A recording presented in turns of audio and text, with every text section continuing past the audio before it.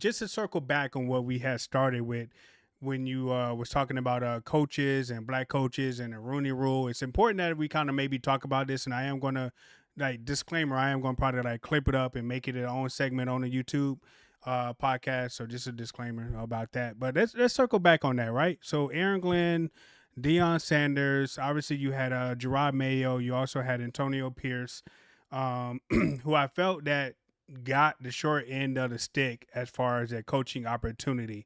Now, people can say what they want, obviously, and say maybe race didn't have a factor in that. But if we look at the history of the NFL, I think race definitely had a factor in that. And over the last couple of years, not only just in the NFL, but the NBA or whatever the sport is, African Americans have had the shortest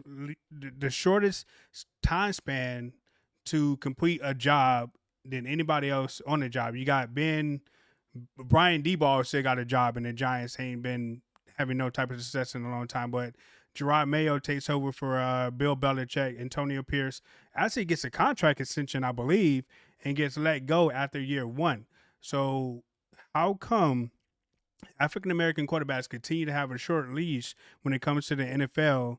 It just doesn't make any sense to me. So I kind of fear for the Aaron Glenns of the world. Probably not so more for Deion Sanders, but Aaron Glenn actually turned down the Patriots job, like the Yeah. interview. And you could probably figure out why. Because everybody knew who the Patriots were going to hire. So why waste his time with New England in the interview when you already know that they already have that guy? So I want you to expound on what you were saying earlier about the African American coaches in the NFL. Yeah, I mean, Go ahead. it's you can look at it, right? And it's not just coaches.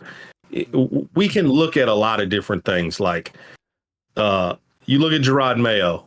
Gerard Mayo was not given a roster that was going to make him successful in year one. There is nobody that looked at the Patriots and said, okay, this Patriots team should win 10, 12 games and fight for the playoffs. They were in shambles. They are in true rebuild mode. If we think Mike Vrabel is going in there and automatically making that team an instant winner, I will be very shocked if that team competes for the division championship. Now, you can say what you want, but if Mike Vrabel goes in there and does the same thing that Gerard Mayo does, are they going to fire Mike Vrabel?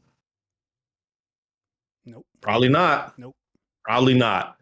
Antonio Pierce.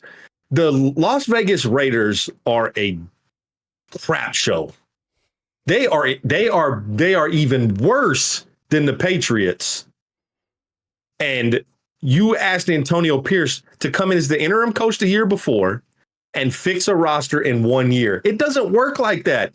He's not taking over the Baltimore Ravens or the Buffalo Bills. These are not programs. These are not teams that are successful teams. But again, like I said, it's not just NFL coaches. If you look at typically of how people talk about black quarterbacks versus white quarterbacks, it's the same way, right? We put a shorter leash on a Lamar Jackson than we do a Josh Allen, right? Right. It's just how it works. And you could talk all you want and say, why do y'all always talk about race? I'm telling you guys, I've seen it year in and year out, not only in the NFL, in the NBA, it's the same way. And unfortunately, it was so bad in the NFL that the NFL put a rule in that said you have to at least interview these black coaches to get the check mark done on your list, which is sad. It's sad. And then it's sad that a guy like Aaron Glenn's like, listen, I want nothing to do with the Patriots. I don't want to be a head coach for the Patriots. There's no stability there for me as a black coach if I'm not successful instantly. But you got a guy, you brought up Brian Daboll, who, how does he still have a job? Explain to me what he's done in the New York Giants organization that screams, this is a guy we gotta ride with this guy. He's gonna win us championships. Right. I just, that's the stuff I don't get. And I would love for someone from the Patriots organization, the Raiders organization, to stand up and give a true reason why these guys are out the door, because Gerard Mayo was loved by those players. Facts. They wanted to play for him. Yep. You can even add the GM for the Tennessee Titans who will let go after 1 year. It's mind-boggling to me that people that can't look at this without the lenses on of, oh my God, it's this same thing, black versus white again. We got to take those lenses off and just look at facts, right? Um, you know, I don't get. I don't think we should make a rule to make it easier for anybody, but I also think we got to give the same level playing field to every single coach, no matter who you are. And yes, if you're unsuccessful and it's a turmoil and Right. whatever it is, if you're causing that turmoil, I don't care what color you are, you got to go. But Antonio Pierce and Gerard Mayo were not those two type of guys. They just weren't. They just weren't given rosters to be successful. Bill Belichick wasn't successful with that roster in New England. And he's one of the greatest coaches to ever coach the game of football. He couldn't be successful, so he got terminated. Right. Then you ask Gerard Mayo to come in and do something Bill Belichick couldn't even do? Like, that doesn't make any sense to me. And so, you talk about, you feel bad for a guy like Aaron Glenn and Al Harris. I would love to see either one of those guys on the sideline, but we can't just expect guys to walk in the door, no matter what color they are, and turn around something that's been broken for 10 years, 5 years, and instantly make it better. Right. And unfortunately, that's how it works. Right. We just want them to have the same equal opportunity and the same amount of length that some of the other counterparts actually have when they're actually coaching a bad team, or when they brought in and they have a bad roster. They're given the opportunity to correct the roster. They have an opportunity to go through the growing pains of that particular team or organization. The African American quarterbacks, not so much, because they get one and done each and every time. You see it in the NFL, the NBA, or whatever. But I will bring up the point that it might be just an owner thing as well, because we do Yeah. have the Todd Bowles for the Tampa Bay Bucks. He's African American. He's survived all this time. I mean, I know But the Bucks he's had been some success. successful. He's been successful. Todd Bowles has been successful. Yeah. And obviously, listen, it's not every single organization. It's just like anything. Not, there are bad apples in every group. And if there's more bad apples than there are good apples, then we got a problem. Obviously, Mike Tomlin has been very successful as a black coach, very successful. But we still talk about Mike Tomlin every single year. Every year. He's in the playoffs every single year, but every year he's on the hot seat.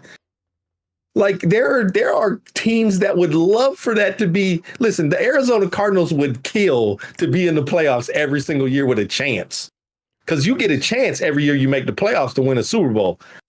But Mike Tomlin's always on the hot seat. Again, I would take Mike Tomlin today. Send him to Dallas. Well, I'll take him right now. Yeah, it's very sad to see that, the opportunity is based on your race or whatever, and it shouldn't really be like that. The Rooney Rule is terrible. You definitely should hire the best candidate no matter what. But the fact that you got to have a rule in order for certain organizations to Yep. give opportunities to other Yep. people is very shameful. That is Yep. terrible. I There's agree. no way around that. And it's the same organizations, we can sit up here and call them out. It's the same organizations that have those type of issues like all the time, man. And Yeah. unfortunately, I'm a Cowboy fan, and we could probably fit in that category as well, as far as the organization that might be contributing to that problem as well. Because I don't ever remember seeing a African American coach on the sidelines for the Dallas Cowboys. I Not a believe head coach. we'd have had 3 quarterbacks: Quincy Carter, Randall Cunningham, and now Dak Prescott. 3 African American quarterbacks.